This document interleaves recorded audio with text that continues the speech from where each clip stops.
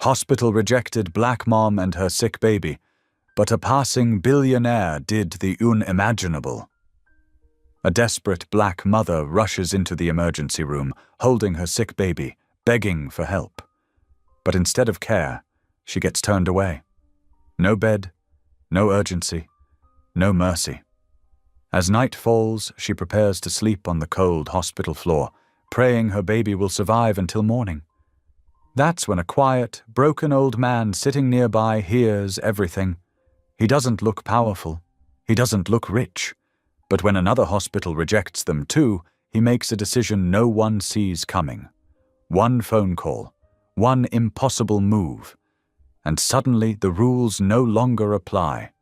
Doctors panic, hospitals scramble, and a secret about this man begins to surface, one that could change everything. But just when hope finally arrives, a new danger threatens to destroy them all. Will a baby's life be saved in time, and what price will this mysterious stranger have to pay for doing the right thing? Tell me in the comments where you're watching from right now, and if this story speaks to you, make sure you hit subscribe so you don't miss the next one. The first sign something was wrong came just before sunset.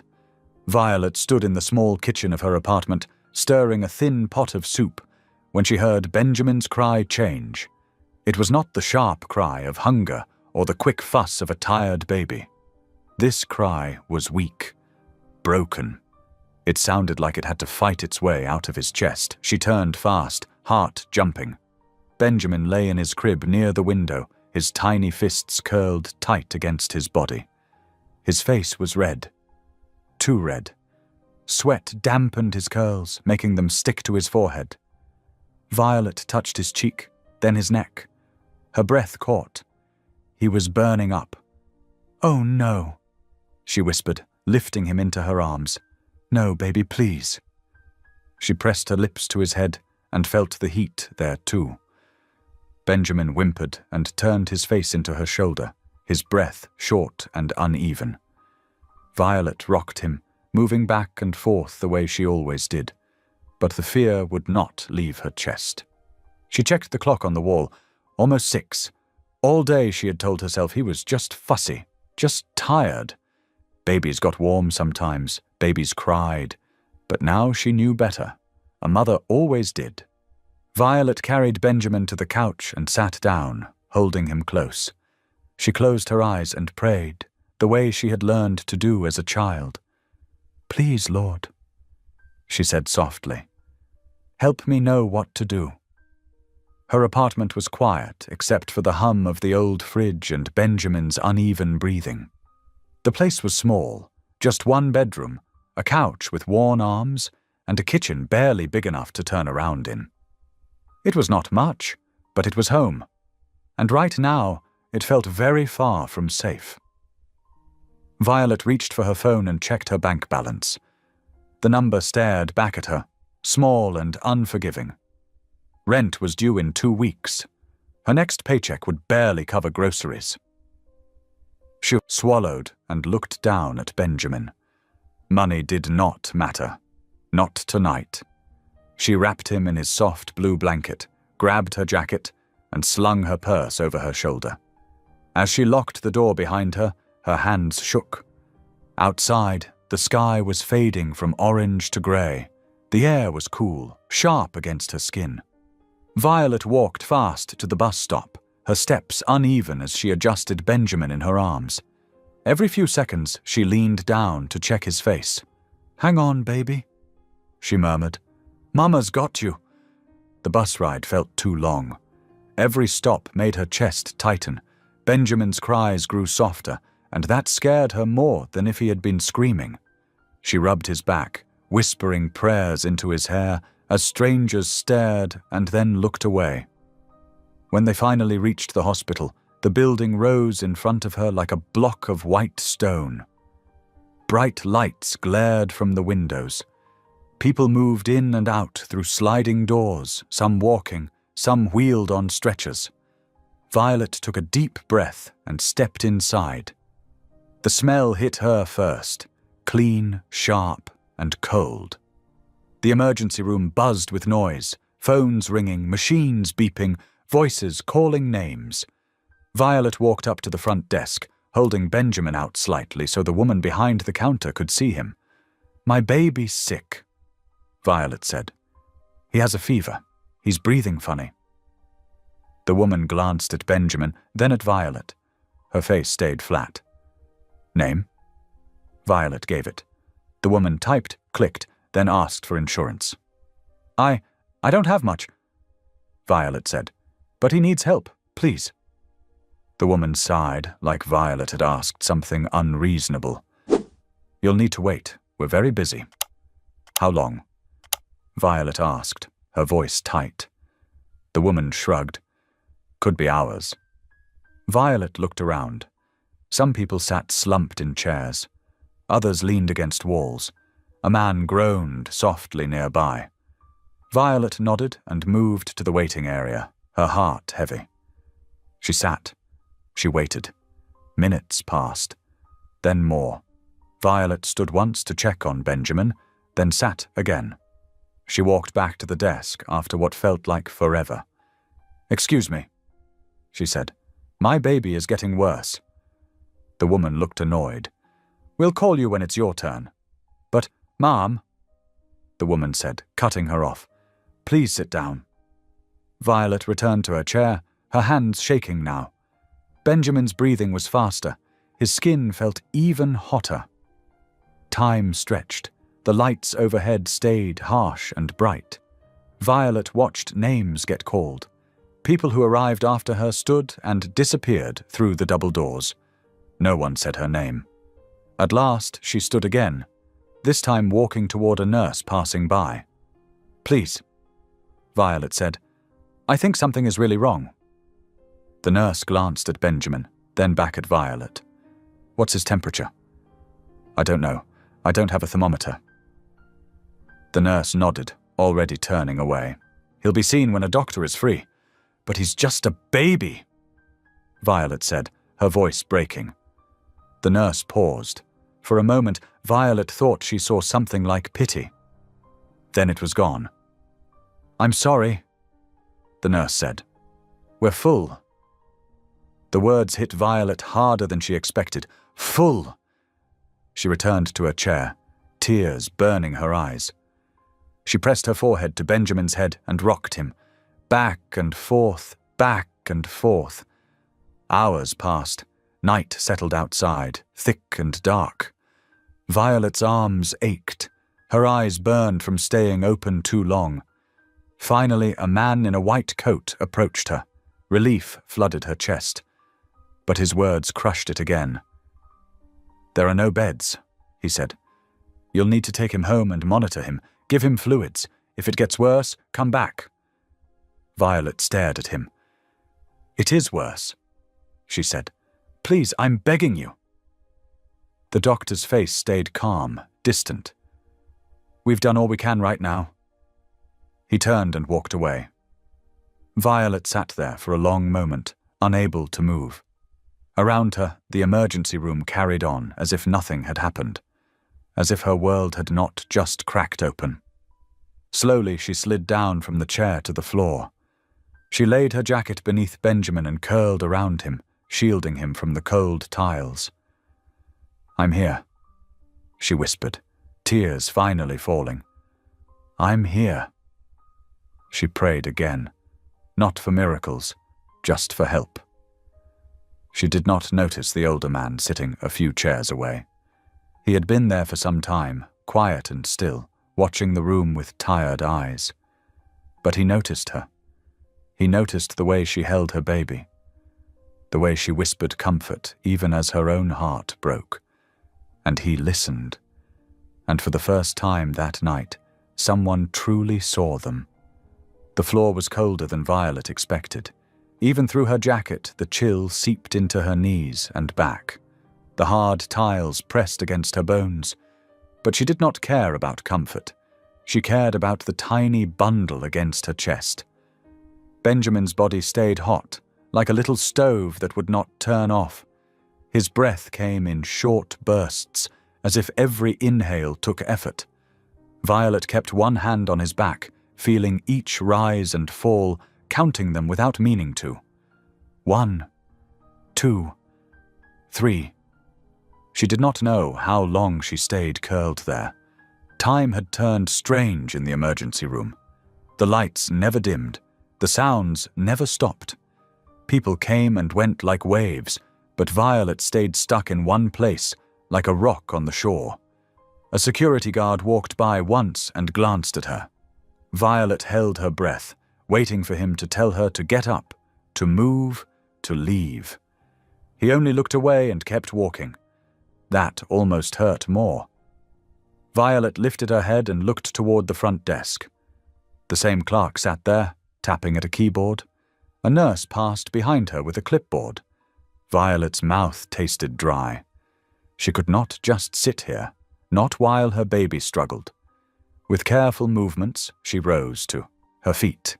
Her legs wobbled from being cramped so long. She adjusted Benjamin in her arms, wrapping the blue blanket tighter around him, and walked back to the desk. "Mom," Violet said, keeping her voice as calm as she could. "Please. My baby is breathing worse. I need someone to look at him." The clerk did not even look up right away. When she finally did, her eyes slid over Violet like Violet was part of the furniture. "I told you," the clerk said. "We're busy." Violet swallowed. "I understand. But he's a baby. He's burning up." "Did you have an appointment?" the clerk asked. Violet stared at her. "An appointment? This is the emergency room." The clerk's lips tightened. "Insurance." "I don't have—" Violet began, but her voice cracked. She cleared her throat and tried again. "I don't have good insurance, but I can pay something. I'll figure it out. Please, just help him." The clerk gave a tired sigh, like Violet was making her night harder on purpose. "Sit down," she said. "If it's an emergency, they'll get to you." Violet wanted to scream. She wanted to slam her hands on the counter. She wanted to shout that this was an emergency, that her baby was not a number on a screen. Instead, she nodded. Because she had learned long ago that anger did not help people like her. Anger made them label her. Anger made them call security. Anger made them stop listening. So she swallowed it. Violet returned to the waiting area, feeling like she was walking through mud. She sat in the same chair and rocked Benjamin again. "Stay with me," she whispered into his hair. "Please, baby, please." A man across from her coughed hard into his elbow. A young woman scrolled on her phone with a bored face. Somewhere behind the double doors, someone yelled for a doctor. The room kept moving. Violet stayed stuck. She checked her phone. 2:17 a.m. Her eyes stung. Her shoulders ached. Her arms felt numb from holding Benjamin so long, but she did not dare put him down. When she shifted her grip, Benjamin gave a thin whimper, and Violet's heart jumped. "Okay," she whispered. "Okay, Mama's here." She stood and walked again, this time toward the doorway where nurses went in and out. She waited until a nurse stepped out, someone different, someone she had not begged yet. "Excuse me," Violet said quickly. "I'm sorry, I know you're busy, but my baby is very sick." The nurse paused. She was in her late 30s, hair pulled back tight, dark circles under her eyes. She looked tired in a way Violet understood. Tired like life was heavy. The nurse glanced at Benjamin and frowned slightly. "How long has he had a fever?" "Since earlier today," Violet said. "But now he's breathing fast and he won't really cry. He's just fading." The nurse reached out and touched Benjamin's forehead with 2 fingers. Her brows pulled together for a second. Then her face smoothed out, again, like she pushed something down. "Have you given him anything?" the nurse asked. "I gave him baby fever medicine," Violet said quickly. "The only kind I had. It didn't help." The nurse nodded, looking toward the back. Violet leaned forward, hope rising like a spark. "Can you please take him now? Just check him, please?" The nurse's eyes flicked back to Violet. She looked at Violet's worn shoes, her cheap jacket, the tired face that belonged to a woman who had carried too much alone. "I'm sorry," the nurse said. "We're full. There are people back there waiting too." Violet's hope dropped like a stone. "But you felt his head," Violet said, voice shaking. "You know he's hot." The nurse's jaw tightened. She lowered her voice. "You need to go back to your seat." Violet stared at her, stunned. "So you want me to just watch my baby get worse?" The nurse's eyes hardened. "Mom, don't make this harder. Go sit down." Violet stepped back like she had been slapped. She walked away slowly, tears blurring her vision.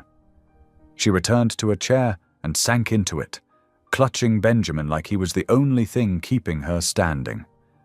In her mind, she heard her grandmother's voice from years ago. "Baby, the world will test you, but you hold on to the Lord because He sees you even when people don't." Violet squeezed her eyes shut and breathed through the pain. "God," she whispered, "I don't know what to do."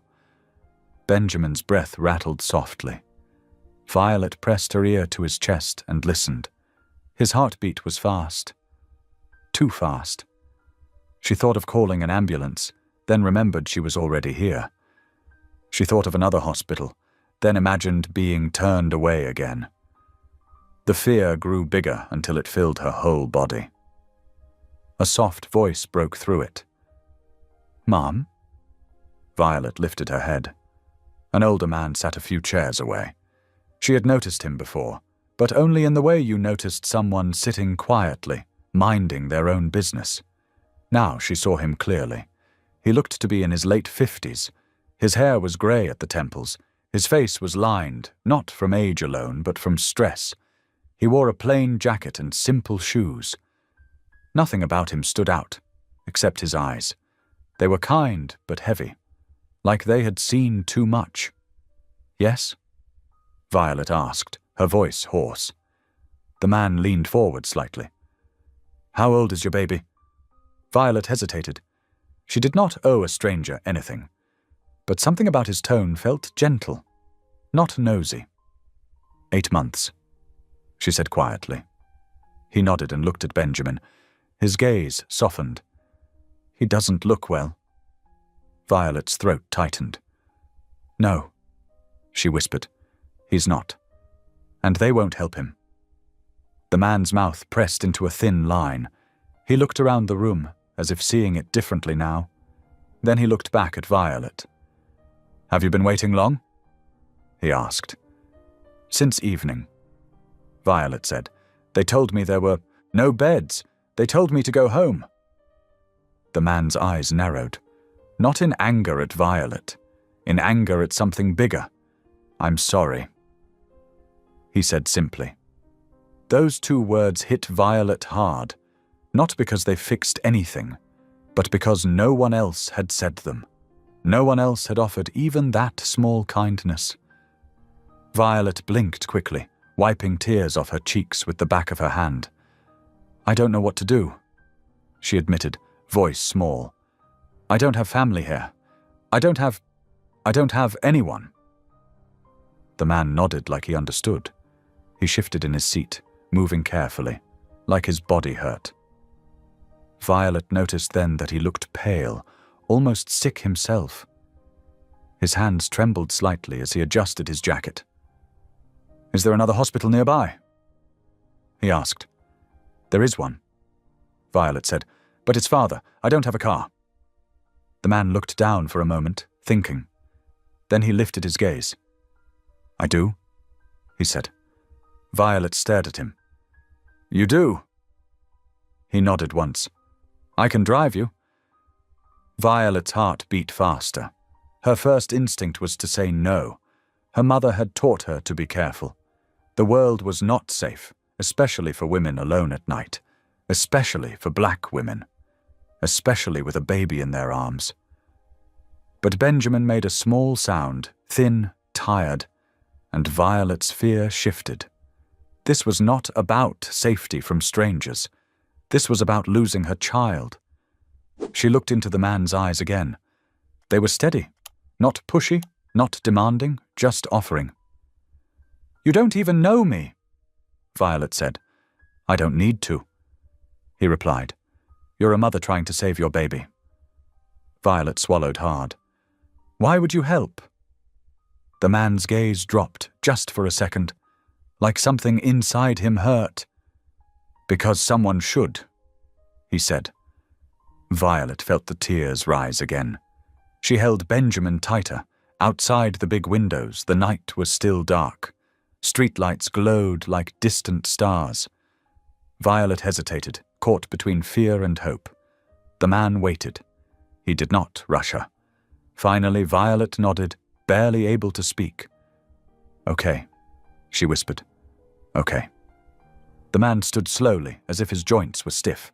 He reached into his pocket and pulled out keys. "This way," he said.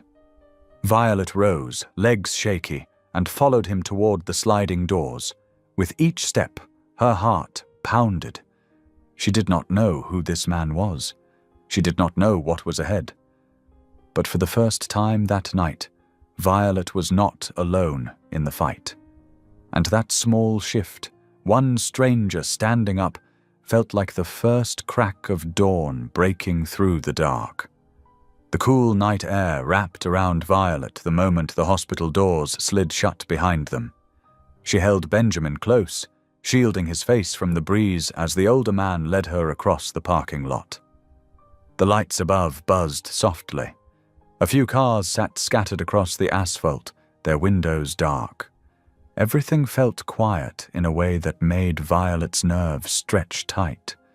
The man's car was an older sedan, clean but plain. He opened the back door for Violet without a word, giving her space. She climbed in carefully and settled Benjamin against her chest. The seat was cool, but she was grateful to be sitting. The man got in the driver's seat and started the engine. It hummed low and steady. "Thank you," Violet said, her voice barely louder than the engine. He nodded once. "You're welcome." They pulled out of the lot and onto the road. Streetlights passed in slow rhythm, lighting the inside of the car in brief flashes. Violet watched the man's hands on the wheel.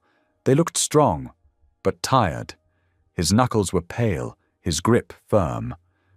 "My name is—" Violet began, then stopped herself. She remembered what he had said earlier. Names did not matter right now. "How far is the other hospital?" he asked. "About 20 minutes. Violet said, "Maybe more this time of night." "That's fine," he replied.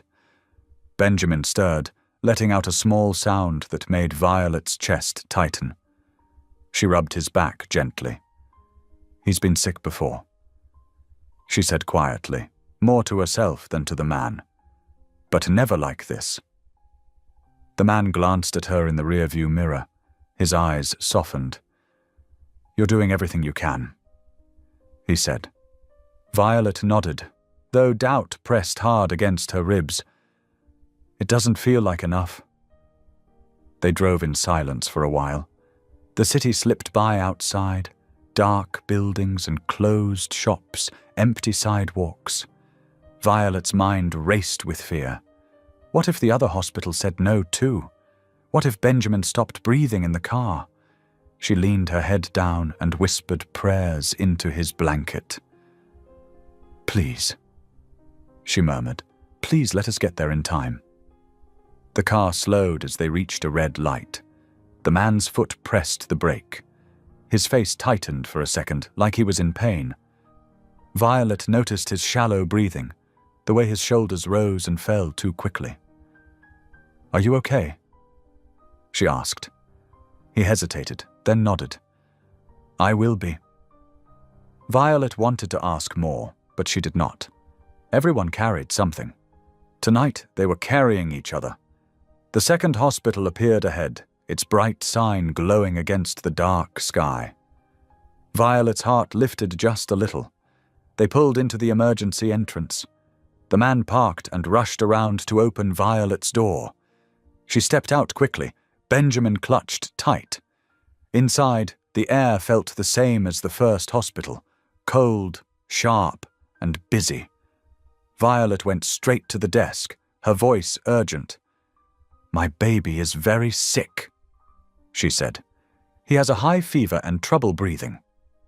The clerk here looked younger. She glanced at Benjamin, then at Violet, then at the man standing behind her. "Insurance?" the clerk asked. Violet's shoulders sank. "I don't have much," she said.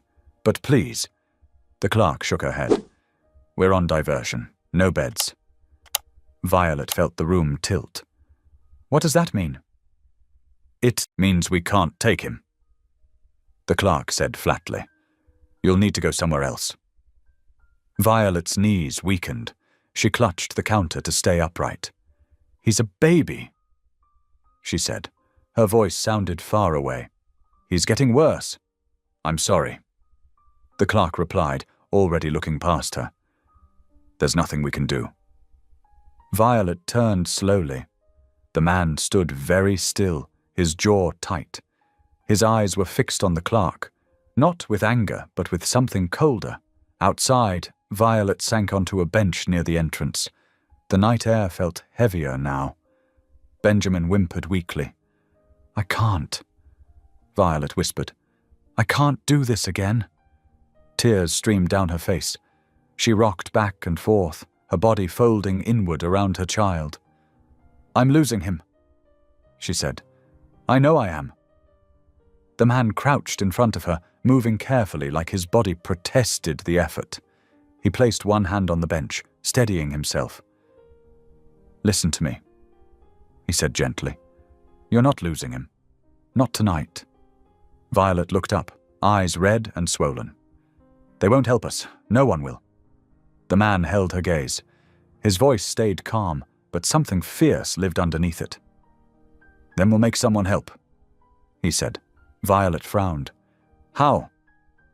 The man reached into his coat pocket and pulled out his phone. He stared at the screen for a moment, like he was bracing himself. "I need you to trust me," he said. Violet hesitated. She had already trusted him once. She had followed him into the dark. Now she had nothing left but that trust. "I don't have any other choice," she whispered. The man nodded. "I know." He stepped away and turned his back slightly, phone pressed to his ear. Violet could hear his low voice, steady but urgent. "I need a mobile unit," he said. "Fully staffed, pediatric capable. Now." Violet's heart skipped. She strained to hear more, but his words were clipped, careful. "Yes," he continued. "I'll cover everything. No delays." He paused, listening. His shoulders sagged slightly, like the weight of the world pressed down on him. "I understand the risks," he said. "Send it anyway." He ended the call and turned back to Violet. "What did you just do?" she asked, her voice trembling. The man met her eyes. "I called in a favor," he said quietly. "One I hoped I'd never have to use again." Violet stared at him. "What kind of favor brings doctors to a parking lot?" The man looked past her, out into the night. "The kind that costs everything," he said. Sirens sounded in the distance. Faint at first, then louder. Violet's breath caught. The man looked back at her. "Help is coming." As flashing lights appeared at the far end of the road, Violet held Benjamin tighter than ever. She did not know who this man truly was, but she knew one thing. Whatever he had just done, it was impossible. And it might be the only thing standing between her baby and goodbye. The sirens grew louder with every passing second. Violet stood up slowly, her legs shaking as she watched the lights approach. Red, blue, white. They cut through the dark like something unreal, like a scene from a movie that could not possibly be about her life. Benjamin stirred against her chest. She whispered his name again and again, her voice trembling. "It's okay, baby," she said, Help is coming. Just hold on." The older man stood beside her, one hand braced against the bench, as if he needed the support. His face looked pale under the harsh lights outside the hospital. Sweat glistened at his temple, but his eyes stayed sharp, focused on the road. Within minutes, a large mobile medical unit pulled into the emergency lane. It was bigger than an ambulance, bright white, with equipment built into its sides. A second vehicle followed, then another. Doors opened. People moved fast. Doctors, nurses, techs. They stepped out with purpose, speaking in short, clear commands. One of them spotted Violet immediately. "Is this the infant?" the doctor asked. "Yes," Violet said quickly, stepping forward. "Please, he's very sick." They did not ask for insurance. They did not ask her to wait. They waved her toward the unit. "Bring him inside," the doctor said. "Now." Violet climbed the steps, her heart pounding so hard she thought she might pass out. The inside of the unit was bright and clean, filled with machines that hummed and blinked.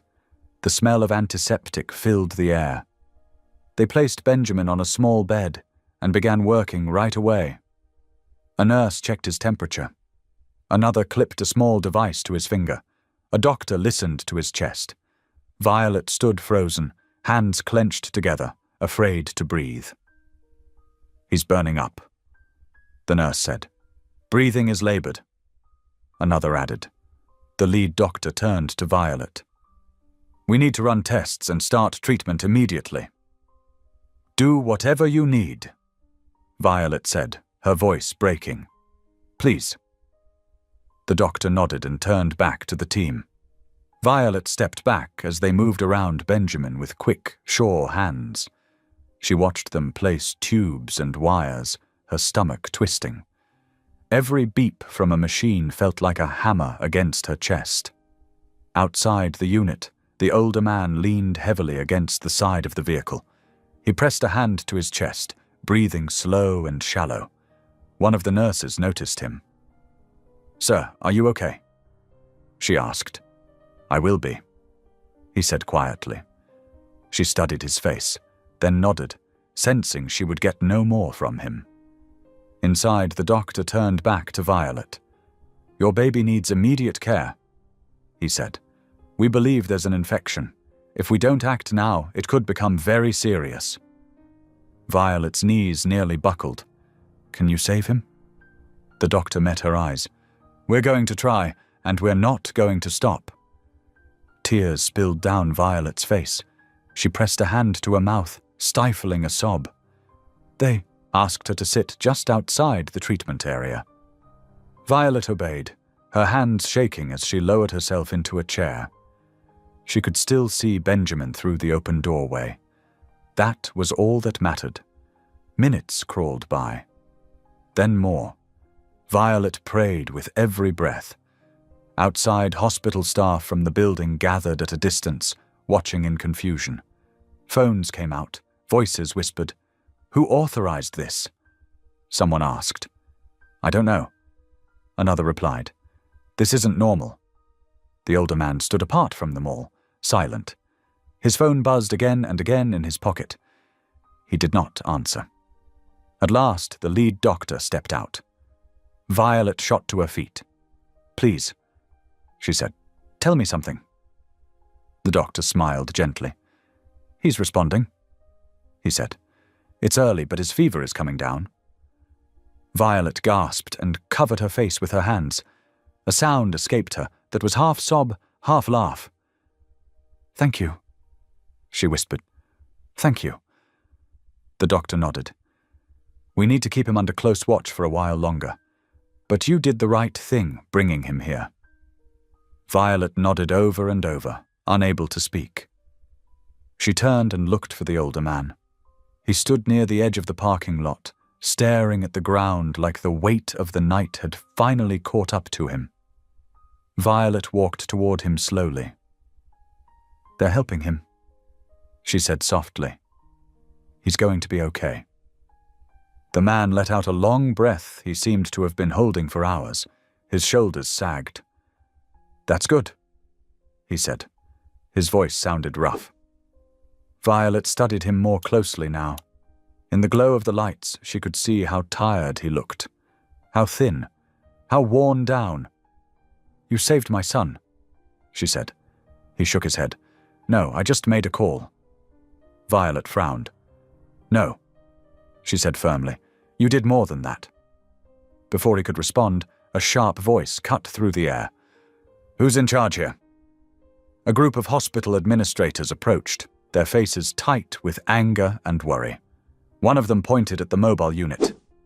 "This was not authorized," the man said. "You can't just bring a medical unit onto hospital property." The older man stepped forward, his posture straight despite the strain. "I authorized it," he said calmly. The administrator scoffed. "And who are you supposed to be?"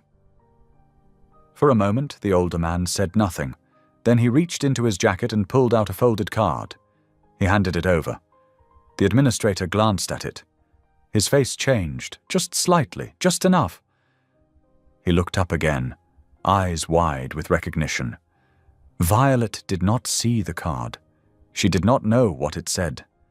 But she saw the shift, and in that moment, Violet understood something important. This man was not just kind. He was powerful. And whatever he had risked tonight, it was far from over. The air felt tighter after that. Violet stood a few steps away, holding her arms around herself as the hospital administrators whispered among themselves. She could not hear their words, but she could see their faces. Confusion, worry, fear. Not for her, not for Benjamin, for themselves. The older man took the card back and slipped it into his jacket as if it meant nothing. His shoulders were squared, his voice steady, but Violet noticed the way his hand trembled slightly afterward. "This is private property," one administrator said. "You can't just—" "My lawyers can speak with yours," the man replied calmly. "Right now, my concern is the child." The administrator opened his mouth, then closed it again. He glanced toward the mobile unit, where doctors continued to move with quiet urgency. "We'll be reviewing this," he said sharply. "I expect you will," the man said. The group walked away, their steps stiff. Phones came out, calls were made. Violet watched them go, her heart pounding again. She turned back toward the unit. Through the open door she saw Benjamin lying still, tiny chest rising and falling in a slow, steady rhythm. Tubes and wires surrounded him, but his face looked calmer, less strained. Relief washed over her so hard her legs nearly gave out. She sat down on the curb and pressed her palms to the cool concrete. Tears fell freely now, no longer held back by fear alone. A nurse stepped outside and handed her a small cup of water. "Drink," the nurse said gently. Violet nodded and took a sip. Her hands shook. Is he really okay?" Violet asked. "He's stable," the nurse said.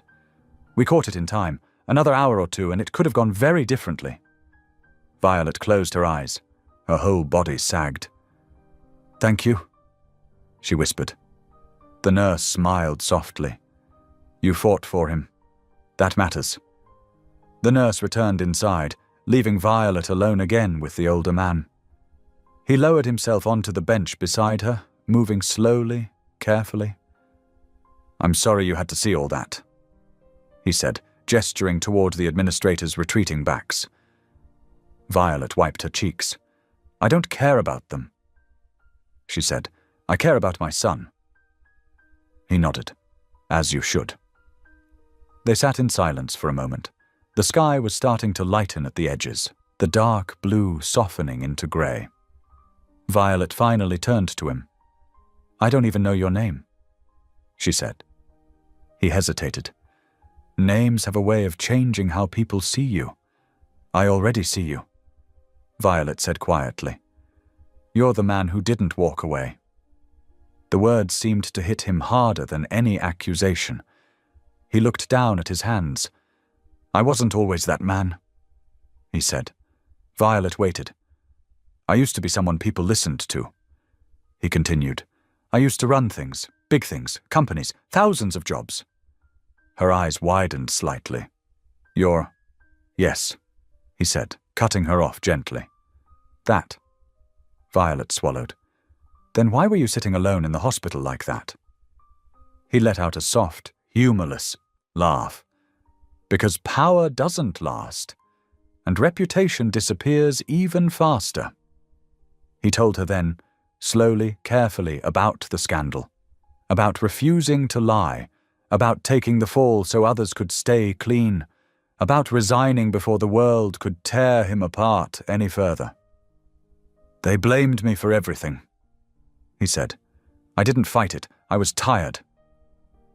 Violet listened, her heart aching in a new way. She thought of how quickly people had judged her tonight, how easily doors had closed. "So you just gave up?" she asked softly. He shook his head. "No, I stepped aside. I thought maybe the world didn't need me anymore." Violet looked toward the mobile unit, toward her sleeping baby. "Well," she said, voice firm, "the world needed you tonight." The man's throat tightened. He turned his face away. Sirens faded in the distance. The city was waking up now. Cars passed. Birds began to chirp softly. Inside the unit, the doctor stepped out again. "You can come see him?" he said to Violet. "Just for a moment." Violet stood so fast she nearly stumbled. The man rose too, slower this time, his hand pressing briefly to his chest. Inside, Violet stood beside Benjamin's bed. She brushed her finger over his tiny hand. It curled weakly around hers. "I'm here," she whispered. "Mama's here." The doctor watched quietly. "He's strong," the doctor said. "You did the right thing, trusting your instincts." Violet nodded, tears spilling again. Outside, cameras began to appear at the edge of the lot. Reporters, microphones, the glow of headlights. The older man saw them and closed his eyes for a moment. "It's starting," he murmured. Violet followed his gaze. "What is?" "The part where people decide what this story means," he said. "And who to blame." Violet looked back at Benjamin, then at the man. "I don't care what they say," she said. "I know the truth." The man met her eyes. "Truth has a way of costing people." Violet straightened her shoulders. "Then maybe it's worth the price." As dawn broke fully across the sky, Violet held her son's hand and felt something shift inside her. Fear was still there. But hope, real hope, had finally arrived. And somewhere beyond the parking lot, forces were already moving that would test that hope in ways neither of them could yet see. Morning came quietly, as if the night had taken all the noise with it. The sky turned pale pink, then soft blue. Sunlight touched the edge of the mobile unit, warming the cold metal. Violet sat in a chair just inside the doorway, her eyes fixed on Benjamin. She had not slept. She did not want to close her eyes, afraid something might change if she did. Benjamin lay still, tiny chest rising and falling in a slow, steady rhythm. The machines around him beeped softly now, no longer sharp or urgent. Each sound felt like a small promise. A nurse adjusted a monitor and smiled at Violet. "He's holding. Steady," she said. Violet nodded, her throat too tight to speak. She reached out and brushed her finger along Benjamin's arm. His skin felt cooler than before. Not cold, just normal. That alone made her want to cry again. Outside, voices rose, firm, sharp. Violet glanced toward the open door. More hospital staff had gathered. Administrators, security. A few men in suits who did not belong to the night shift. Phones were pressed to ears. Fingers pointed towards the unit. The older man stood a short distance away, speaking calmly to someone on his phone. His posture was straight, but Violet could see the strain in his face. He leaned slightly against the side of the unit when he thought no one was watching. A nurse noticed too. "Sir," she said softly, stepping closer. "You should sit." "I'm fine," he replied. She did not argue. She had learned, like Violet, that some people carried pain quietly. Inside, the doctor came over to Violet. "We've confirmed the infection," he said. "It was spreading fast. Another delay would have been dangerous." Violet closed her eyes. Her knees felt weak. "But he's responding." The doctor continued. "We'll keep monitoring him for several hours. If all goes well, we can move him to a regular room later today." "Thank you," Violet whispered. She meant it with every part of her. As the morning stretched on, the parking lot filled with movement. News vans pulled up. Cameras pointed toward the unit. Voices grew louder. Violet felt exposed, like her pain was being put on display. She stepped outside briefly, needing air. The older man stood near the edge of the lot, watching the scene with tired eyes. "I didn't want this," he said quietly, without turning. Violet stood beside him. "Then why do it?" He looked at her. "Because some things matter more than peace?" A reporter shouted a question in their direction. The man ignored it. "They'll twist this," he said. "They always do." Violet lifted her chin. "Let them. My son is alive." The man studied her, something like awe in his eyes. "Where did you learn that kind of strength?" he asked. Violet thought of her grandmother, of long nights, of prayers whispered into darkness. "I didn't," she said simply. "I survived." Inside the unit, Benjamin stirred. Violet rushed back in, heart racing. His eyes fluttered open for a brief second, just long enough for Violet to see them. "Oh," she breathed. "Oh, baby." He made a soft sound and closed them again, but Violet felt like she had just seen the sun. The nurse laughed quietly. "That's a good sign." Violet pressed her forehead to Benjamin's hand and cried, silent tears of relief soaking into the blanket. By late morning, the tension outside had grown thicker. A hospital administrator approached the older man again, flanked by legal aides. "This unit will be shut down once the child is stable," the administrator said coldly. "You've caused enough disruption." The man nodded. "As long as the child lives." Violet stepped forward before she could stop herself. "You let him suffer," she said, voice shaking but loud. "You told me to go home." The administrator looked at her like she was a problem to be managed.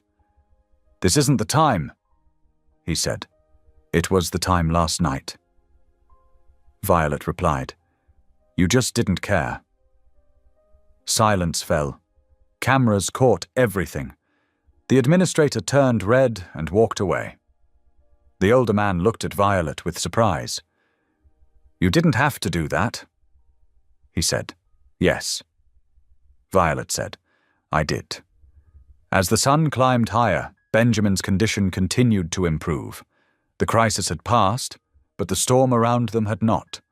Violet knew one thing for sure. Saving her son had been the beginning, not the end, and whatever came next would test the courage of everyone involved. By midday, the parking lot no longer felt like a place of rescue. It felt like a stage. News vans lined the curb. Cables snaked across the pavement. Reporters spoke into cameras with serious faces, repeating the same words over and over. Unauthorized medical unit, hospital policy, possible violations. Violet heard her story told by strangers who had not been there when she begged for help. Inside the mobile unit, the noise faded. The door stayed mostly closed now, leaving Violet in a quiet pocket of space with Benjamin. The doctor checked his vitals again, nodded with relief, and adjusted a setting on the monitor. "He's improving," he said, slowly but steadily. Violet let out a breath she had been holding for hours. She sank into the chair beside the bed and rested her head against the metal rail. "Thank you, God," she whispered. The doctor smiled. "You can hold his hand. He knows you're here." Violet reached out and wrapped her finger around Benjamin's tiny hand. It squeezed back, weak but real. Her chest filled with warmth so strong it almost hurt. Outside, raised voices broke through the calm. The older man stood facing a small group of hospital officials. One of them spoke sharply, waving a stack of papers. "You don't get to rewrite procedure just because you can afford it." The man snapped. The older man did not raise his voice. "I didn't rewrite anything," he said. "I acted when you refused to. That refusal was within protocol," the official said. "Protocol doesn't save lives." The older man replied, "People do." The words carried farther than he intended. A nearby microphone picked them up. A reporter's eyes lit up. Violet heard the exchange through the open door. Her stomach twisted. She felt guilt creep in, cold and sharp. If she had not spoken up, if she had not accepted the ride, if she had not trusted a stranger, none of this would be happening to him. The nurse noticed Violet's expression. "Hey," she said softly, "none of this is on you." Violet shook her head. "He did this because of me." "No," the nurse said firmly. "He did it because it was right." Violet looked at Benjamin again. His breathing was easier now. His face, once tight with pain, looked peaceful. She stood and walked outside. The older man turned when he saw her. For a moment his calm slipped. Worry flashed across his face. "Is he?" he asked. "He's better," Violet said quickly. He opened his eyes. The man closed his eyes and nodded, emotion pulling at his mouth. "I'm glad," he said. Violet took a step closer. "They're blaming you." He shrugged. "They always do." "That's not fair," Violet said. "You didn't do anything wrong." He looked at her, his eyes steady. "Doing the right thing doesn't protect you from consequences." Violet swallowed. "Then why do it?" He was quiet for a long moment. Cameras rolled. Reporters waited. Finally, he said, "Because I already lost everything once by telling the truth. I won't lose myself too." The words stayed with Violet. Later that afternoon, investigators arrived. Not hospital lawyers, outsiders. They spoke with doctors, with nurses, with security guards who had watched Violet sleep on the floor. One nurse pointed towards the waiting room. "She was there for hours," she said. "Nobody helped her." Violet listened from the doorway, heart pounding. For the first time, people were not just talking about policy. They were talking about her. By early evening, Benjamin was stable enough to be moved into the main hospital under supervision. Violet walked beside the gurney, her hand never leaving his. As they passed through the same doors that had once shut her out, she felt something strange. She felt seen. The older man followed at a distance, his steps slower now. A hand pressed against his side. Sweat darkened the collar of his shirt. "You should sit," Violet said. He smiled faintly. "Soon." They reached a quiet room. Benjamin was settled into a clean bed with soft sheets. The doctor explained the next steps, then left them alone. Violet sat beside her son and watched him sleep. The older man stood in the doorway. "You don't have to stay," Violet said. "You've done enough." He shook his head. "I want to." She nodded. Night came again, slower this time. Not rushed, not cruel. But Violet sensed it. The danger had passed. The reckoning had not. And whatever price the older man would be asked to pay for this miracle. It was coming.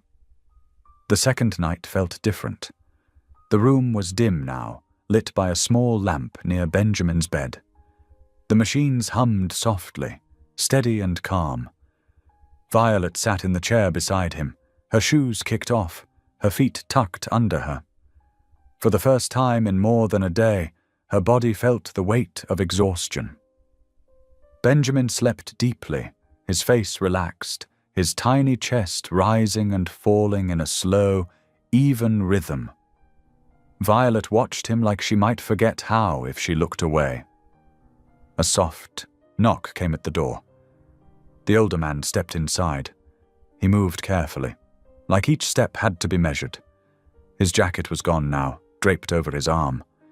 Without it, he looked thinner, more human. "They said I could check on him," he said quietly. Violet nodded. "He's doing better." The man walked closer and looked down at Benjamin. A small smile touched his face. "He's strong," he said. Violet folded her hands in her lap. "So are you." He let out a quiet breath. "I don't feel that way." They sat in silence for a moment. Outside the room, the hospital was quieter than before. Night staff moved slowly. Voices stayed low. "They're asking questions," the man said at last. "A lot of them." Violet's stomach tightened. "About you?" "And about the hospitals," he replied. "About last night." Violet nodded. "Good." He looked at her with a hint of surprise. "You don't sound worried." "I was worried when my baby couldn't breathe," she said. "Everything else is small compared to that."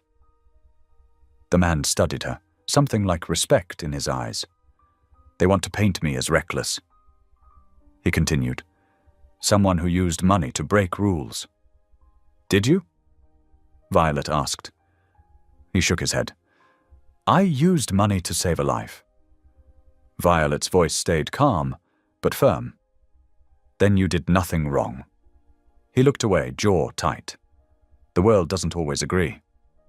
Violet reached out and rested her hand lightly on the edge of Benjamin's bed. "The world didn't agree that my son deserved help either." The words hung between them. After a moment, the man sat down in the chair across from her. He exhaled slowly, pressing his fingers to his temple. "I used to believe rules were everything," he said, "that systems worked if you trusted them enough." "And now?" Violet asked. "Now I believe systems need people who are willing to step outside them." Violet smiled faintly. "I think God works that way too." The man glanced at her. "You believe in God?" "I believe I wouldn't be standing here if I didn't," she said. He nodded, thoughtful. "I used to pray, a long time ago." "What happened?" Violet asked gently. He hesitated. "I prayed for justice, and I didn't get it." Violet's eyes softened. "Maybe not yet." The man looked at her then, really looked at her, like he was seeing something he had forgotten. Outside, footsteps approached. 2 investigators stood at the doorway, their faces serious but not unkind. "We won't keep you long," one said. "We just need to ask a few questions." The man stood slowly. "Of course." They spoke quietly in the hall. Violet could not hear everything, but she caught pieces. Multiple refusals, witnesses, documentation. Her heart pounded. She held Benjamin's hand and prayed again, not just for her son, but for the man who had stepped into her life at the darkest moment. When the man returned, his face looked tired but steady. "They're reopening things," he said. "Not just about last night, about everything." Violet blinked. "Everything?" He nodded.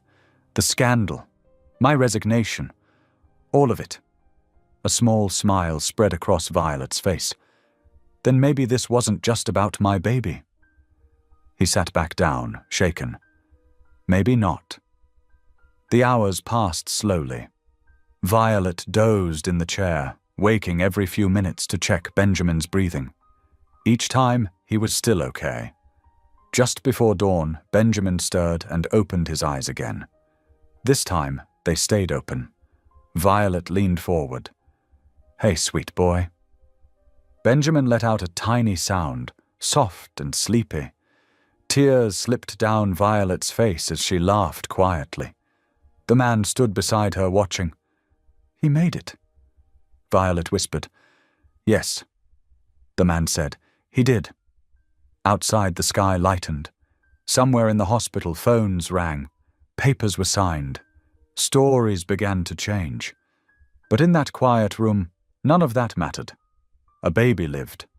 A mother believed again. And a man who thought he had nothing left to give began to understand that his story was not over yet. Morning returned, but it did not bring peace. Violet woke with a stiff neck and aching shoulders, her head still tilted toward Benjamin's bed. Sunlight filtered through the blinds, cutting soft lines across the white walls. For a brief moment, she forgot where she was. Then she heard the machines. She saw the hospital room. She felt the weight rush back in. Benjamin slept quietly, his color better, his breathing calm. Violet stood and stretched, careful not to wake him. She pressed a kiss to his forehead and whispered thanks.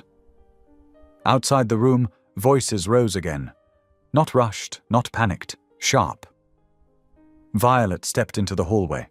A group of hospital administrators stood near the nurses' station, joined now by lawyers in dark suits. Their words were low but intense. One of them noticed Violet and paused. "This area is restricted," he said. "This is my son's room," Violet replied, her voice steady. He frowned but said nothing more. Down the hall, the older man stood with two investigators. His face looked pale, more drawn than before. One hand rested on the wall, steadying himself as he listened. "They're turning this into a spectacle," Violet said softly as she approached him. He gave a small nod. "They always do." One of the investigators glanced at Violet. "You're the mother?" "Yes," Violet said. "We've spoken to several staff members." The investigator said, "Your experience last night is concerning." Violet let out a slow breath. "That's one word for it." The investigator nodded. "There are gaps in the hospital's record. Times don't match. Notes are missing." The older man closed his eyes briefly, then opened them. "That doesn't surprise me." A lawyer stepped forward, voice tight. "With respect, this is being blown out of proportion. The hospital acted within guidelines." Violet felt heat rise in her chest. "My baby was burning up," she said. "He couldn't breathe. You told me to go home." The lawyer did not look at her. "We sympathize with your fear." "Fear?" Violet repeated. "That wasn't fear. That was reality." Silence followed. Cameras appeared again at the far end of the hall. Reporters whispered. A nurse shook her head as she passed, frustration clear on her face. "This isn't over," the older man said quietly. "Not for me." Violet looked at him. "You regret helping us?" He turned to her, eyes firm. "Never." But she could see it now. The toll, the shallow breathing, the way his hand pressed to his chest again, just for a moment too long. "You're not okay," Violet said. He waved it off. "I've been worse." "Then sit," she said, not asking. He hesitated, then lowered himself into a chair. A nurse approached, concern etched across her face. "Sir, I really think you should be checked." "I'm fine," he said automatically. The nurse did not move. "Please." Violet watched him struggle with the choice. Then he nodded once. "After this," he said. "After I make sure she's protected." The nurse glanced at Violet, then back at him. "We'll be here." The investigators resumed their questions, this time pressing harder. Names were mentioned, dates, previous complaints. Violet listened, heart pounding. This was bigger than her now, bigger than one night. By midday, news alerts buzzed on phones across the floor. Hospital policies under review after emergency refusal. Disgraced executives' actions spark investigation. Violet read the words and felt a strange mix of anger and hope. Inside the room, Benjamin woke and fussed softly. Violet rushed back to him, lifting him carefully. "I've got you," she whispered. He blinked up at her, then rested his head against her shoulder. The door opened again. The older man stood there, breathing carefully. "They're reopening my case," he said. "The old one." Violet froze. "The scandal?" He nodded. "Whistleblowers are talking. They waited until now." Tears filled Violet's eyes. "Because you helped us." "Because I reminded them who they were supposed to be," he said. Violet held Benjamin tighter. That evening, as the sun dipped low again, the pressure reached its peak. Hospital leadership released statements, lawyers argued, the media circled. The older man prepared himself to leave. "They'll try to make this my fault," he said. "Again." Violet shook her head. "You saved my son." He smiled faintly. "Sometimes that's enough. Sometimes it has to be." He paused at the door and looked back at Benjamin. "Thank you," he said quietly, "for giving me a reason." When the door closed behind him, Violet stood alone in the room with her son. Fear still lingered, but now it stood beside something stronger. Truth was moving. And once truth started walking, it did not stop easily. By the time night settled again, the hospital felt different. The hallways were quieter, but the silence was tense, stretched thin like a wire pulled too tight. Violet sat beside Benjamin's bed, gently rocking him in her arms. He was awake now, eyes half open, his tiny fingers wrapped around the fabric of her shirt. Each breath he took felt like a gift. She had not let herself relax yet. Not fully. Relief had come in small waves, but fear still lingered in the back of her chest, whispering that things could change, that good moments never stayed long. Outside the room, footsteps echoed. Voices dropped low when they passed her door. Violet caught pieces of conversations without meaning to. Public pressure. Liability. We need to control this. She hated how those words sounded, like her son's life was a problem to be managed. A nurse came in quietly and checked Benjamin's vitals. She smiled this time, not forced, not rushed. "He's doing really well," she said. "If he keeps improving like this, he may not need to stay much longer." Violet nodded, her eyes stinging. "Thank you." The nurse hesitated before leaving. "I'm glad you didn't give up." Violet swallowed. "Me too." When the door closed, Violet leaned her forehead against Benjamin's head and breathed him in. He smelled like clean sheets and baby soap. Normal things. Things she had prayed for. Her phone buzzed in her pocket. She glanced at the screen and froze. News alerts filled it. Unauthorized medical unit sparks nationwide debate hospital under fire for emergency room refusals. Former CEO back in spotlight after overnight rescue. Violet's hands trembled as she locked the screen. Her heart pounded harder than it had when she first arrived at the hospital. This was bigger now, bigger than her fear, bigger than one baby. The door opened again. The older man stepped inside slowly. He looked more worn than earlier, like the day had pressed down on him from all sides. His shoulders were tense, his face was pale. "I didn't want to come in loud," he said softly. Violet looked up. "You're not loud." He smiled faintly and stepped closer, keeping his voice low. "They're not happy," he said. "Anyone upstairs?" Violet adjusted Benjamin in her arms. "Are you in trouble?" He shrugged. "Depends who you ask." She studied him closely. The calm she had seen before was still there, but it was thinner now, strained. "You look tired," she said. "I am," he admitted, "but I wanted to see him before anything else happened." Violet nodded and angled Benjamin slightly so the man could see his face. The man's breath caught just a little. "He looks different," he said. "He is," Violet replied. "He's coming back to us." The man closed his eyes for a moment. When he opened them again, they were wet. "That's all I needed to know," he said. Violet hesitated, then spoke the thought that had been growing heavier all day. "They're blaming you," she said. He did not deny it. "They always need someone." "That's not right," Violet said. "You did what they refused to do." "Yes," he said, "and that scares people." Violet frowned. "Why?" "Because it reminds them of their own choices," he said quietly. They sat in silence for a moment, the machines humming softly between them. Finally, Violet asked, "Do you regret it?" The man shook his head without hesitation. "No, even if they take more from you." He looked at Benjamin. "I had nothing left that mattered until last night." Violet's throat tightened.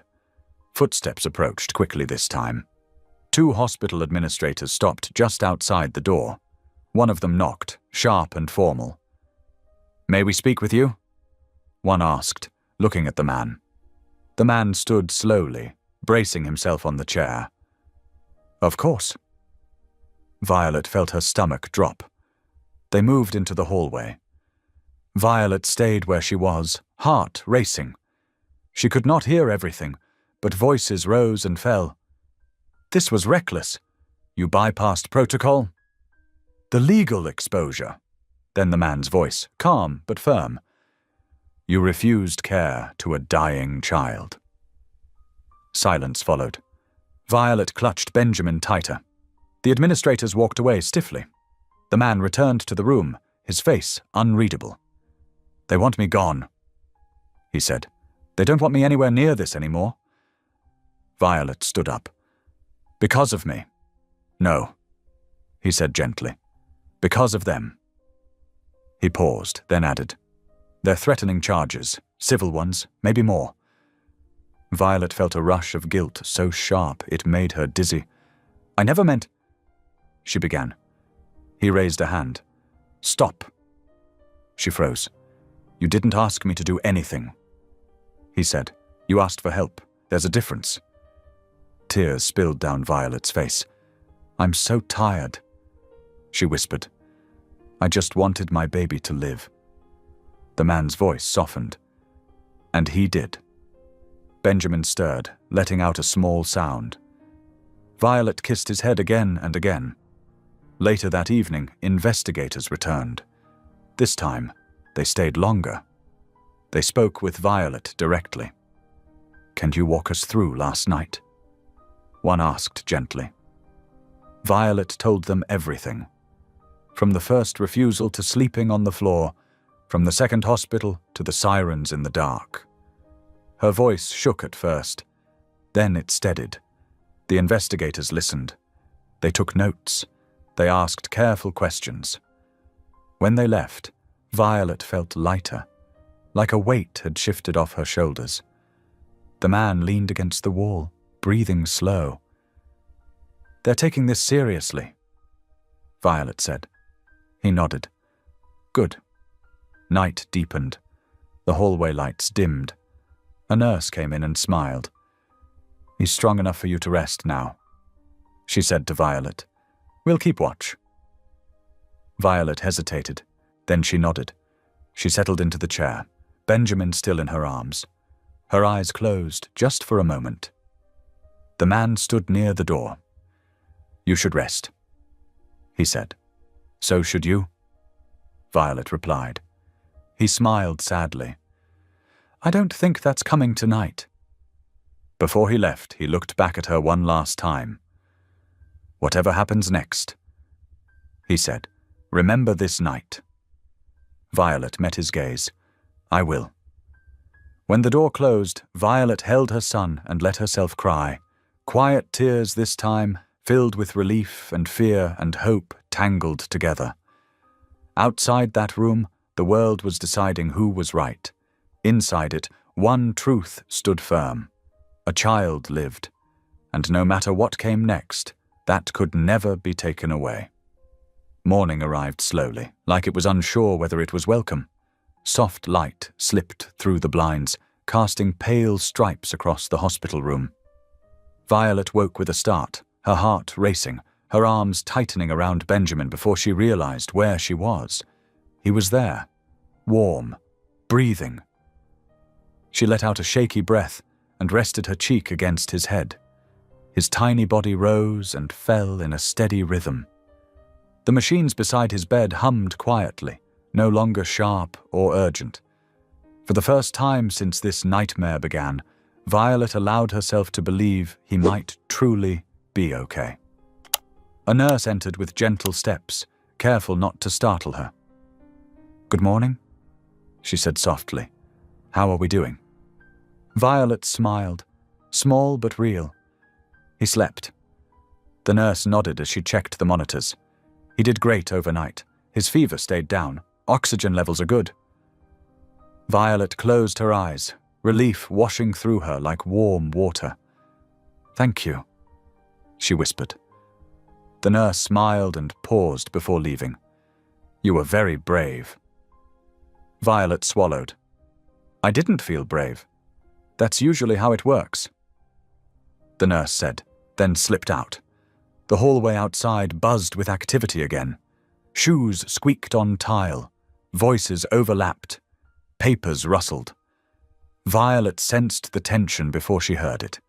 She adjusted Benjamin gently into his crib and stepped into the hallway. The older man stood near the nurse's station, surrounded by investigators. He looked thinner than yesterday, like the night had taken something from him. His shoulders were stiff, his jaw tight, but his eyes were clear. One of the investigators spoke calmly. "We've confirmed several inconsistencies in the hospital's intake records." A hospital lawyer crossed his arms.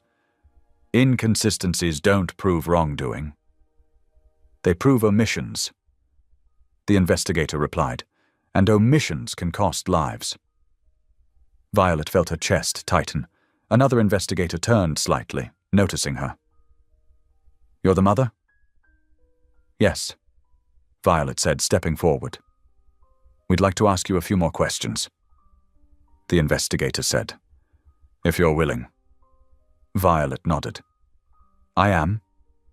They moved into a quiet conference room down the hall. Violet sat at the table, hands folded, while Benjamin slept in a bassinet beside her. The investigator's voice was gentle, but firm. "Tell us what happened when you first arrived." Violet told them again, slowly, clearly. From the moment she walked in until she lay on the floor with her baby wrapped in her jacket. She did not raise her voice. She did not exaggerate. She did not cry. She simply told the truth. "When I begged for help," Violet said, her voice steady, "they told me to go home. They never checked his temperature. They never listened to his chest." The investigator nodded and wrote something down. "Did anyone explain why care was refused?" he asked. "They said there were no beds," Violet replied, "but people who came after me were taken back." Silence filled the room. The investigator closed his notebook. "Thank you." When Violet returned to the hallway, the older man looked at her with something close to pride. "You did good," he said quietly. "I just told the truth," Violet replied. "That's harder than it sounds," he said. News spread fast that morning. Nurses whispered to one another, doctors spoke in low voices, phones buzzed with alerts. Hospital under investigation for patient neglect emergency room policies. Questioned after infant case. Multiple staff members come forward. Violet read the headlines on her phone and felt a strange mix of fear and relief. The older man leaned against the wall nearby, breathing carefully. Violet noticed his hand pressed to his chest again. "You're hurting," she said. He gave a tired smile. "Just old bones. Don't lie to me," Violet said gently. He met her eyes. "I won't." He shifted his weight. This stress, it's catching up. A nurse approached immediately. Sir, please, sit down. This time he didn't argue. They guided him into a chair. His face was pale now, sweat shining at his temples. I'm fine, he said again, but his voice was thinner. Violet stood close, worry knotting her stomach. You saved my son, she said. Please don't fall apart now. He smiled faintly. I'll try not to. By midday, the investigation widened. More staff came forward. One nurse admitted she had raised concerns about Violet's baby and been ignored. Another said she had seen similar cases before. Each story added weight. Each truth cracked the wall a little more. Hospital leadership released another statement, this one careful and vague. Violet watched it on the small TV in her room. We take all patient concerns seriously. She turned it off. Inside the room, Benjamin woke and fussed. Violet lifted him gently and held him close. His eyes were brighter now. Curious. Hey, she whispered. You scared Mama. He blinked and reached up, touching her chin with clumsy fingers. Tears filled Violet's eyes again. You're still here, she said softly. You stayed. That afternoon, a doctor entered with a smile. He's doing so well, he said. If everything stays stable, we can discharge him tomorrow. Violet gasped. Tomorrow? The doctor nodded. You'll need to come back for follow-ups, but the worst has passed. Violet sank into the chair, overwhelmed. Later, the older man came by again. His color had returned slightly, though he moved more slowly now. They reopened my case, he said quietly. Violet looked up. The scandal? Yes, he replied. They found evidence that was buried. Emails. Testimony. Violet's mouth fell open. Because of this? He nodded. Because people remembered what courage looks like. She smiled through tears.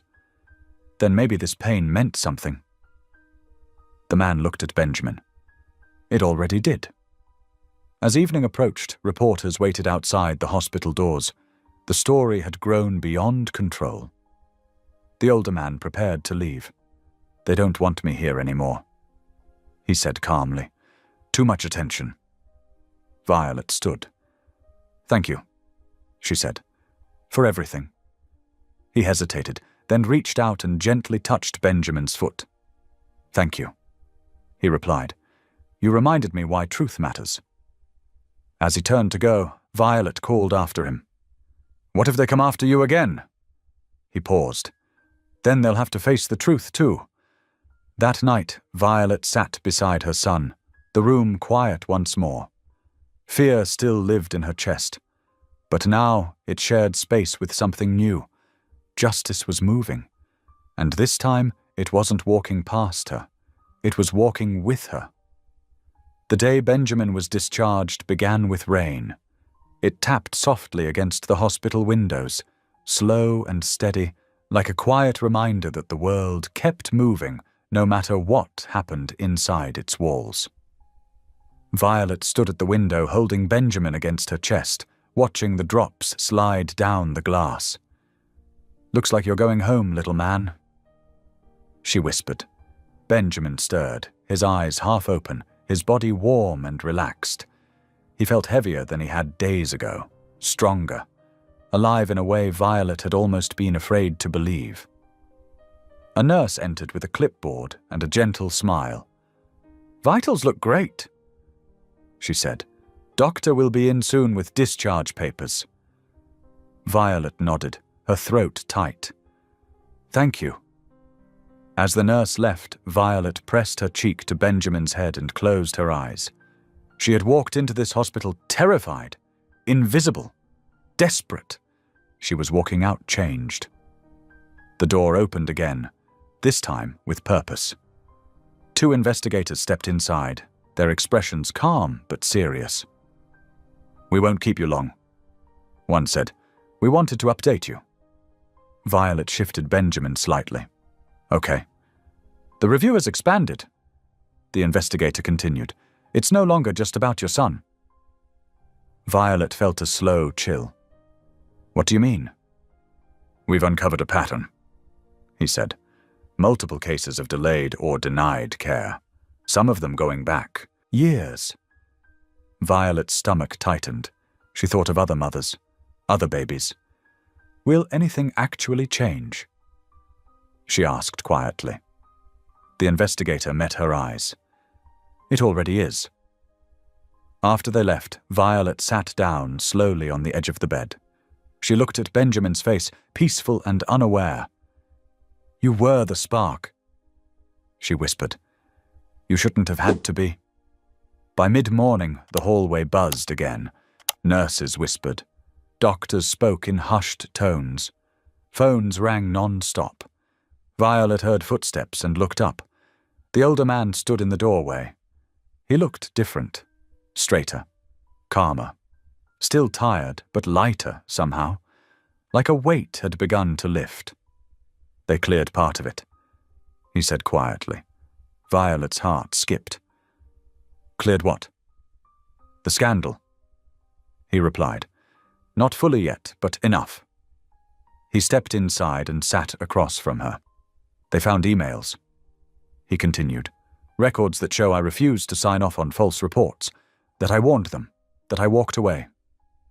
Violet smiled, slow and full. "So the truth came out." "Yes," he said, "and it's loud."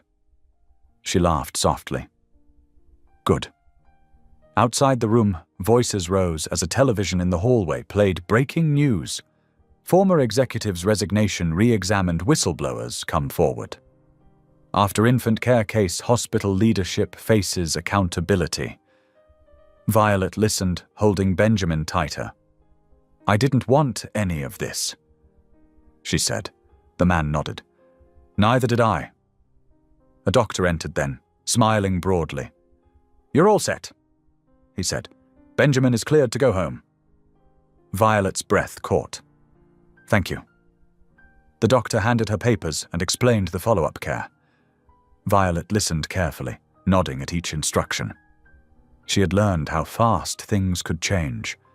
When the doctor left, Violet gathered Benjamin's things slowly.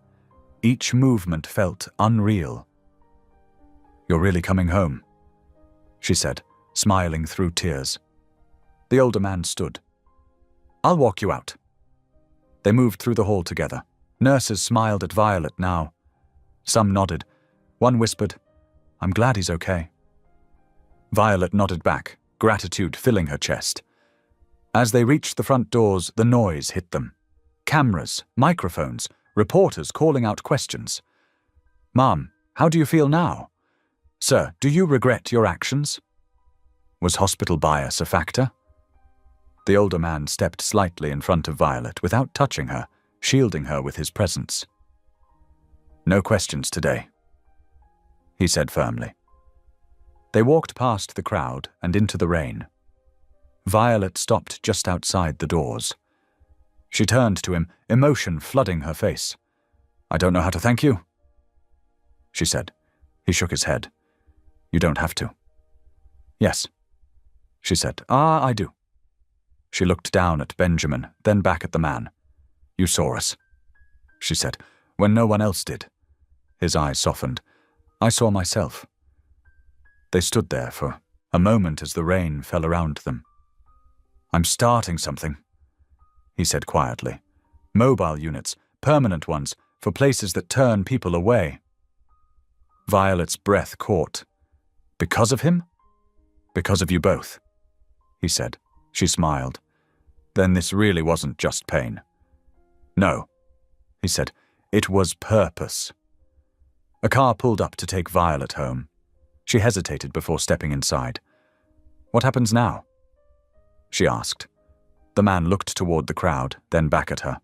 "Now," he said, "the truth finishes its work." Violet nodded. She climbed into the car and settled Benjamin in her arms. As the car pulled away, she looked back through the rain-streaked window. The older man stood alone, facing the cameras. But this time, he was not bowed. He was ready. At home that evening, Violet laid Benjamin in his crib. The apartment felt smaller than before, but warmer too. Safer. She sat beside the crib and watched him sleep. Outside, sirens passed. News spread. Systems shook. Inside, Violet rested her hand on her son's chest and felt his steady breathing. "We made it," she whispered. And for the first time since the night everything began, Violet believed it. Not just hoped. Believed. The next morning, the rain was gone. Sunlight poured through Violet's thin curtains, bright and plain, like nothing bad had ever happened. For a moment, she lay still on her couch and listened. The apartment was quiet except for the soft sounds of Benjamin breathing in his crib. That sound made her chest loosen. Violet rose slowly, her body sore in places she didn't even remember straining. She padded into the bedroom and leaned over the crib. Benjamin blinked up at her, calm and sleepy. His cheeks looked fuller already. His eyes were clear. "Good morning, little warrior," Violet whispered. Benjamin kicked one foot and made a small, happy sound. Violet laughed quietly, the kind of laugh that came from deep relief, not humor. She lifted him gently and held him against her shoulder. His warmth felt normal now, safe. Violet carried him to the kitchen and warmed a bottle. As she fed him, she watched his little mouth move. She watched his eyelids droop. She watched him trust the world again. And that trust broke her heart in the best way. When Benjamin finished, Violet sat him upright and burped him softly. He gave a tiny hiccup and then rested his head on her chest like he belonged there forever. Violet's phone buzzed on the table. She glanced at the screen and froze. More alerts. Hospital places senior leaders on leave after investigation, emergency refusal reports, spark statewide review, former CEO's name cleared in reopened corporate case. Violet's breath caught. She read the last headline again, slower this time, as if the words might change. Name cleared. A sound left her throat that was half laugh and half sob. She pressed a hand over her mouth. Her eyes filled. "Lord," she whispered. "You did it." Benjamin squirmed a little, and Violet kissed his forehead. "You hear that?" she said softly. The truth caught up. She set Benjamin in his swing near the living room window. The sunlight lit his face and made him look even more alive. Violet turned on the small TV, keeping the volume low. A news anchor spoke with a serious face. Behind her, a picture flashed on the screen of the hospital entrance. Then another image. An older man standing near cameras, his posture calm, his eyes tired but steady. The anchor's voice continued. Officials confirmed that new evidence has cleared the former executive of wrongdoing in the earlier scandal. Investigators say whistleblowers have provided documentation that contradicts previous public claims. Violet felt her chest tighten. She didn't like seeing him on a screen like that. Not as a headline. Not as something people could twist and chew up. She remembered the way he had looked in the parking lot, pale and strained, still choosing to stand. Violet turned the TV off. She didn't need strangers to tell her who he was. Her phone buzzed again. This time, a call. A number she didn't recognize. Violet hesitated, then answered. "Hello? Ms. Violet?" A calm voice asked. "This is Investigator Harris. We spoke yesterday." Violet straightened. "Yes. I wanted to let you know the hospital's internal review has escalated," he said. "There will be formal consequences. Some policies are being changed immediately."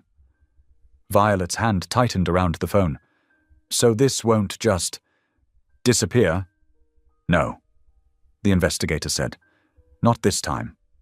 Violet swallowed hard. "Good." He paused. "Also, your statement helped. It gave us clarity." Violet looked at Benjamin, who was calmly chewing on his fist, unaware of the storm he had started. I'm glad, she said quietly. I don't want anyone else to go through that. We don't either, the investigator replied. We'll keep you updated, and if you need anything, call us. After the call ended, Violet sat down on the edge of her couch. She stared at the wall for a long moment, letting everything settle. Her baby was alive. The system was being forced to look at itself. And the man who saved them, his name was finally being lifted out of the dirt. Violet whispered a prayer of thanks again, slow and steady. But gratitude wasn't the only thing she felt. She felt a pull, a need. She needed to see him, not on a screen, not as a headline, as a person. Around noon, Violet bundled Benjamin in his blue jacket and stepped outside for fresh air. The sun felt warm on her face. The day felt normal, and that almost made her cry again. Normal had felt impossible just days ago. She walked to the corner store and bought a small bouquet of cheap flowers, white daisies, simple and bright. The cashier smiled at Benjamin. He's cute, she said. Violet smiled back. He's a miracle. On the walk home, Violet's neighbor, an older woman from down the hall, stepped out with a grocery bag. Violet? The woman asked, eyes wide. Honey, I saw the news. Violet's stomach tightened. You did? The woman nodded, her face soft with concern. They showed the hospital. They talked about what happened to your baby. Violet's cheeks warmed. Part embarrassment, part anger, part something else. I'm sorry, Violet said quickly. I didn't want— Oh, no! The woman interrupted, stepping closer. Don't you apologize for surviving, you hear me? Violet blinked. The woman reached out and touched Benjamin's blanket gently. I'm just glad he's okay. Violet swallowed. Thank you. The woman leaned in and lowered her voice.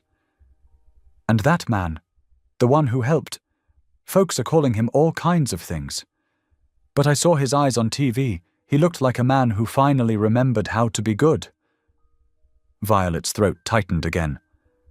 That's exactly what he is. Back inside the apartment, Violet put Benjamin down for a nap. He fell asleep quickly, full and warm. Violet stood by the crib for a long moment, watching the slow rise and fall of his chest. Then she made a decision. She picked up her phone and scrolled until she found the number the older man had given the nurse.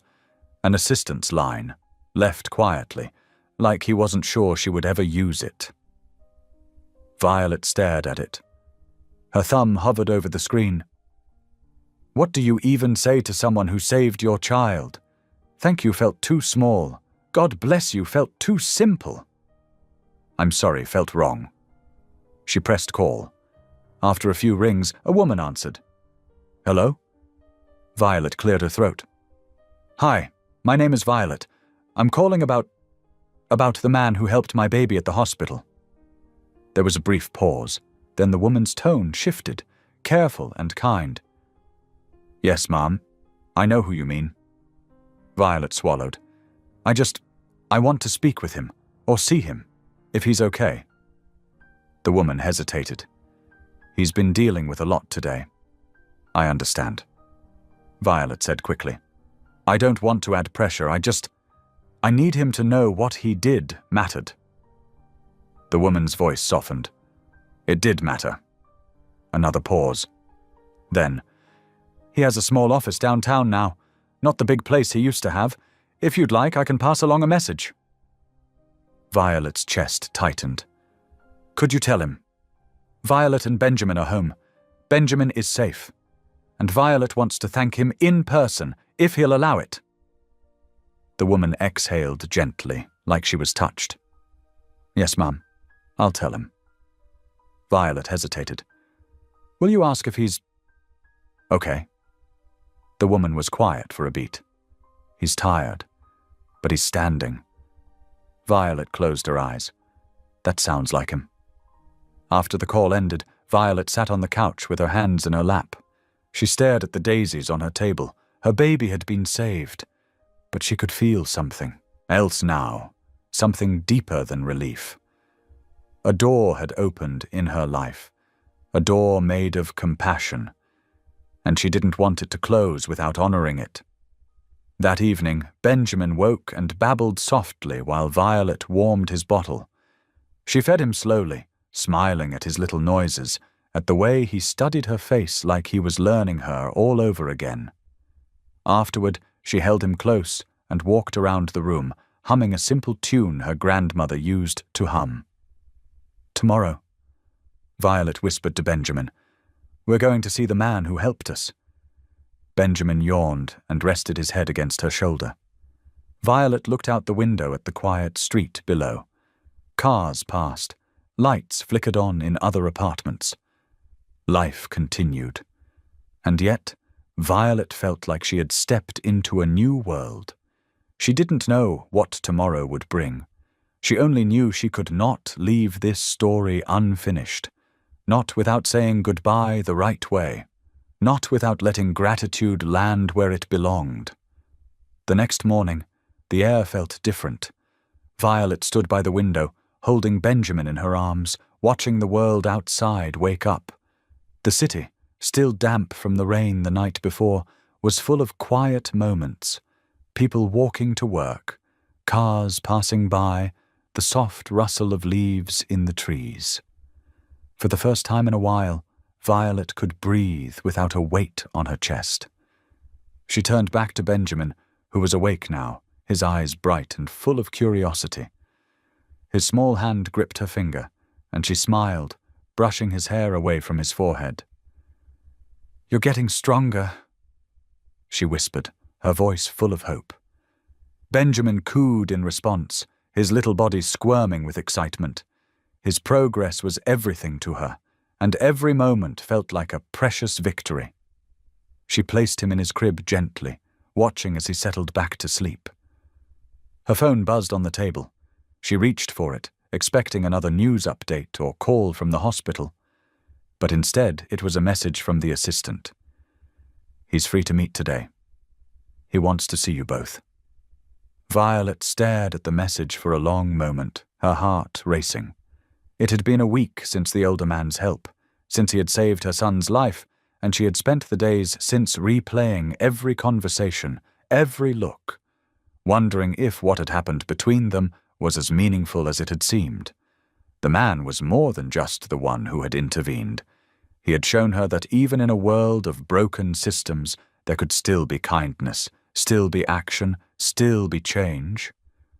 She hadn't forgotten that. And now, here was the chance to thank him, to see him again, away from the chaos and the cameras, to understand him a little more, who he was and why he had risked so much. She typed a quick reply. "We'll be there. Thank you." Violet got Benjamin ready, dressing him in a simple onesie and wrapping him in a warm blanket. She wasn't sure what she'd say to the man. She wasn't sure if words would ever be enough. But she knew she couldn't let this go unsaid. Not now, not after everything he had done for her family. The cab ride to his office felt longer than it should have. Benjamin slept peacefully in her arms, unaware of the weight of the day ahead. Violet gazed out the window, watching the world go by. Her thoughts circled around the older man. How did he feel, knowing that his actions had set in motion something much bigger than either of them? She didn't know what to expect when they arrived. She had seen him in the hospital, surrounded by the sterile environment, but this would be different. This was his space, his world, a place where he no longer carried the title of executive, but simply was who he chose to be. The cab pulled up outside a small building downtown. It was not much to look at, simple, quiet, but something about it felt right. A place where people didn't care about titles or positions, just people. Violet stepped out, holding Benjamin close to her chest as she walked up the stairs. She took a deep breath, straightened her shoulders, and knocked on the door. It opened almost immediately. "Violet." The older man greeted her, his face lighting up with a quiet smile. He looked a little better than the last time she had seen him. The exhaustion was still there, but there was a strength in his eyes now. He stepped aside to let them in. "Thank you for coming," he said, his voice low but warm. Violet nodded, stepping inside. The office was simple but comfortable. There were no fancy decorations or signs of corporate life.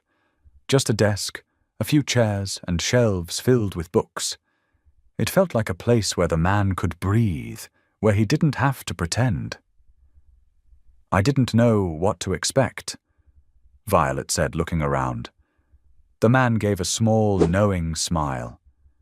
"Neither did I." He motioned for her to sit. Violet carefully lowered herself into a chair, keeping Benjamin close. The man sat across from her, folding his hands on the desk. "I've been thinking about what happened," Violet said softly, breaking the silence. "About everything.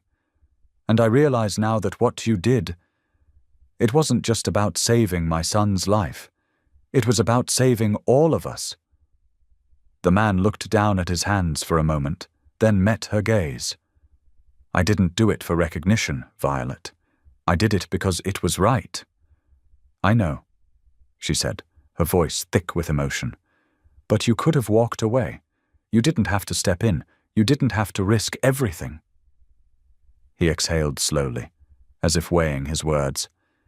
"I had nothing left to lose, but I knew that if I didn't help, I would lose more than I had already lost." Violet looked at him closely. "And now?" He smiled faintly. "Now I have something I didn't expect. I have a chance to make a real difference, and that means more than anything else." Violet nodded, understanding more than she had before. "You're not alone in this. You've inspired people. You've reminded us all that it's okay to stand up, even when it's hard." The man looked at her, his expression softening. "I didn't expect you to say that."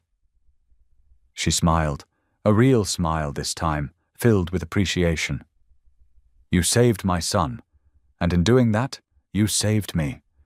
You reminded me that I don't have to fight this world alone." For a long moment, neither of them spoke. The silence between them was comfortable, like two people who had finally understood what it meant to trust. Finally, the man stood. "I'll make sure you're kept updated on everything. There's still a long road ahead." Violet stood too, Benjamin still resting in her arms. "I'm not afraid of the road anymore, not if we're walking it with purpose." He nodded, his eyes steady. "Neither am I." As they walked towards the door, Violet turned one last time to face him. "Thank you for everything." He smiled, the kind of smile that wasn't about gratitude but understanding. "You don't need to thank me. We've already thanked each other." With that, she stepped out into the bright afternoon sunlight, her heart lighter than it had been in days. Benjamin woke in her arms as they made their way back to the street, his eyes blinking in the light. Violet kissed his forehead, holding him close. The world hadn't been kind to either of them, but they had found kindness in the most unexpected place. And now, with the truth on their side, Violet felt like they could walk forward, no longer invisible, no longer silent. The road ahead was theirs to create, and no matter where it led, they were ready to face it, together. Weeks passed, but it felt like everything had changed. The dust settled on the investigation. The hospital made public statements promising reforms. The media shifted focus to the real story, the people behind the headlines. Nurses, doctors, patients, all stood up, revealing a truth that had been ignored for too long. Violet stood in front of her small apartment window one afternoon, watching the world move outside. Benjamin played quietly in his crib, his tiny hands reaching for a toy. She could hardly believe how much had shifted since that dark night in the hospital. It felt like an eternity ago, yet the weight of it still lingered. The older man's name was cleared, his reputation slowly restored. He'd started a new initiative, mobile medical units to serve underserved communities, a permanent reminder of the power of one person's action. Violet thought about him often, not as the man who saved her son, but as someone who reminded her that there was still goodness in the world. She could never forget the lesson he had taught her. The sun set behind the city, casting a warm glow over everything. And for the first time in a long time, Violet felt like she could breathe easy. The city was quieter now, the morning sun casting soft light across the streets. The chaos of the past weeks had faded, but its impact lingered in the stillness. Violet sat by the window, Benjamin resting comfortably in her arms, his small hand wrapped around her finger. It had been months since that life-changing night in the hospital, and every moment since had been a reminder of how fragile life was, and how resilient the human spirit could be. Benjamin's laughter filled the room, a sound that was now a regular melody in their home. His health had improved beyond what the doctors expected, and with each milestone, Violet's hope grew stronger. She looked out at the world beyond, a world that had once felt too heavy to carry. There had been pain, there had been fear, but there had also been moments of unimaginable kindness. People who stepped forward, not because they had to, but because it was the right thing to do. The older man's initiative was growing. His mobile medical units were changing lives, reaching communities that had been ignored for too long. And in a strange way, Violet felt that the ripple he started with one act of compassion was now touching lives far beyond her own. She smiled as Benjamin reached for a stuffed bear, his giggle filling the room. "Look at you," she whispered. "You're perfect." For the first time in a long time, Violet didn't feel the weight of what had happened. She had lived through the worst, and she had come out the other side stronger. The future no longer felt uncertain. It felt full of possibility. And she knew in her heart that whatever came next, whatever obstacles or challenges lay ahead, she and Benjamin would face it together. With hope, with love, and with the knowledge that sometimes the smallest act of kindness can change everything. "Together, little one," she whispered, pressing a kiss to his forehead. "We're going to be okay." And for the first time, she truly believed it. Thank you for being here. If something in this story stayed with you, I'd love to see you again. Subscribe, and tomorrow I'll bring you another story crafted with heart